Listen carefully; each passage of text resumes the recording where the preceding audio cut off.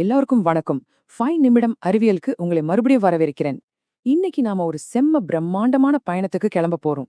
பிரபஞ்சத்தோட கதைக்குள்ள, அதாவது நம்மளோட கதைக்குள்ள. நாமெல்லாம் எப்படி உருவானோன்னு தெரிஞ்சுக்க நீங்க ரெடியா? ஆமாங்க, நீங்க கேட்டது சரிதான். 13.8 பில்லியன் வருஷ வரலாறு. நாம பிரபஞ்சத்தோட முழு வரலாறுத்தையும் பார்க்க போறோம். அதனால கொஞ்சம் வேகமா போக வேண்டியிருக்கும். இந்த பயணத்தோட ஸ்பீட் எவ்ளோன்னு உங்களுக்கு புரிய வைக்கணுமா? இப்போ நாம பேசிட்டு இருக்கிற ஒவ்வொரு செகண்டும் பிரபஞ்சத்துல 22 மில்லியன் வருஷங்களுக்கு சமம். சும்மா யோசிச்சு பாருங்க. சரி, எல்லாம் தொடங்குறதுக்கு முன்னாடி ஒரு சின்ன கவுண்டவுன் ஸ்டார்ட் பண்ணலாமா? பிரபஞ்சம் புறக்கா இன்னும் 5 4 3 2 இன்னும் ஒன்னேகா. பூம், பெருவெடிப்பு. நம்ம பிரபஞ்சம் ஒரு சின்ன புள்ளிலிருந்து தொடங்குச்சு. எல்லாம் இங்கிருந்து தான் ஆரம்பமாச்சு. ஓகே, பிரபஞ்சம் பிறந்துடுச்சு. ஆனா அது ஒரு ஷேப்க்கு கொண்டு வந்தது எது? அதுதாங்க ஈர்ப்பு விசை. இது ஒரு காஸ்மிக் பச மாதிரி எல்லாத்தையும் ஒன்னா இழுக்குது. தூசி, வாயு மேகங்கள் எல்லாத்தையும் ஒன்னா சேர்த்து நட்சத்திரங்களை உருவாக்குச்சு.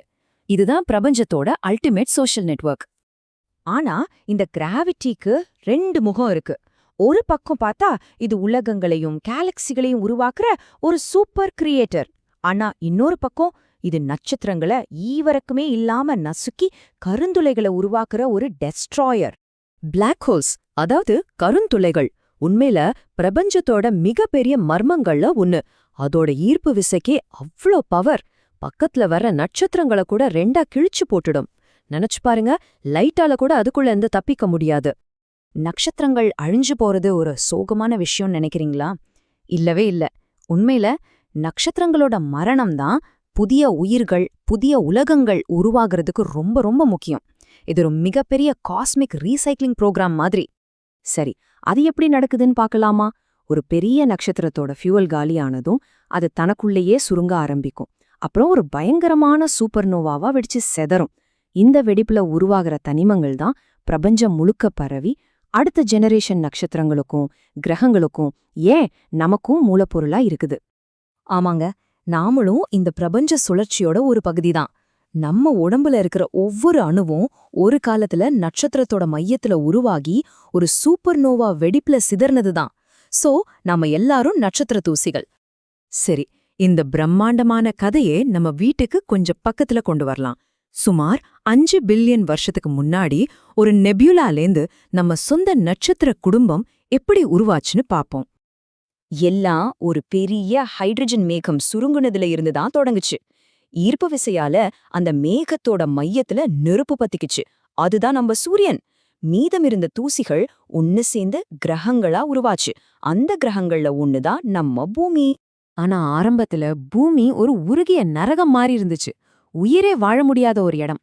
ஆனா ஆழ்கடல்ல எரிமலைகளுக்கு பக்கத்துல உயிரோட முதல் பொறி தோன்றுச்சு. கிட்டத்தட்ட 3 பில்லியன் வருஷங்களுக்கு நம்ம பூமியில இருந்த ஒரே உயிரினம் கண்ணுக்கு தெரியாத நுண்ணுயிரிகள் தான். சயனோபாக்டீரியா மாதிரியான குட்டி குட்டி உயிரினங்கள் தான் நம்ம வளிமண்டலத்துல ஆக்சிஜனை நிரப்பி நம்மள மாதிரி பெரிய உயிரினங்கள் உருவாகிறதுக்கு வழி செஞ்சுது. நம்ம பூமி உருவாகி கிட்டத்தட்ட 4.5 பில்லியன் வருஷம் ஆகுது. ஆனா நாம, அதாவது ஹோமோசேப்பியன்ஸ், இந்த கதைக்குள்ள எப்ப வந்தோம்னு நினைக்கிறீங்க? ஜஸ்ட் 2 லட்சம் வருஷத்துக்கு முன்னாடிதான்.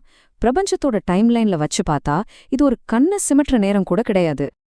பெருவெடிப்பிலிருந்து நட்சத்திரங்களோட உருவாக்கம் வர, அப்புறம் பூமியில முதல் உயிர் தோன்றுனதுல நம்ம வரைக்கும் நாம எல்லாரும் ஒரு பிரம்மாண்டமான காஸ்மிக் எவல்யூஷனோட ஒரு பகுதி. கொஞ்சம் யோசிச்சு பாருங்களேன், நாம தான் இந்த பிரபஞ்சம் தன்னைத்தானே பார்த்து புரிஞ்சுக்கிற ஒரு வழி. இவ்ளோ பெரிய கதையில நம்ம இடம் எவ்ளோ முக்கியமானதுன்னு இப்ப புரியுதா?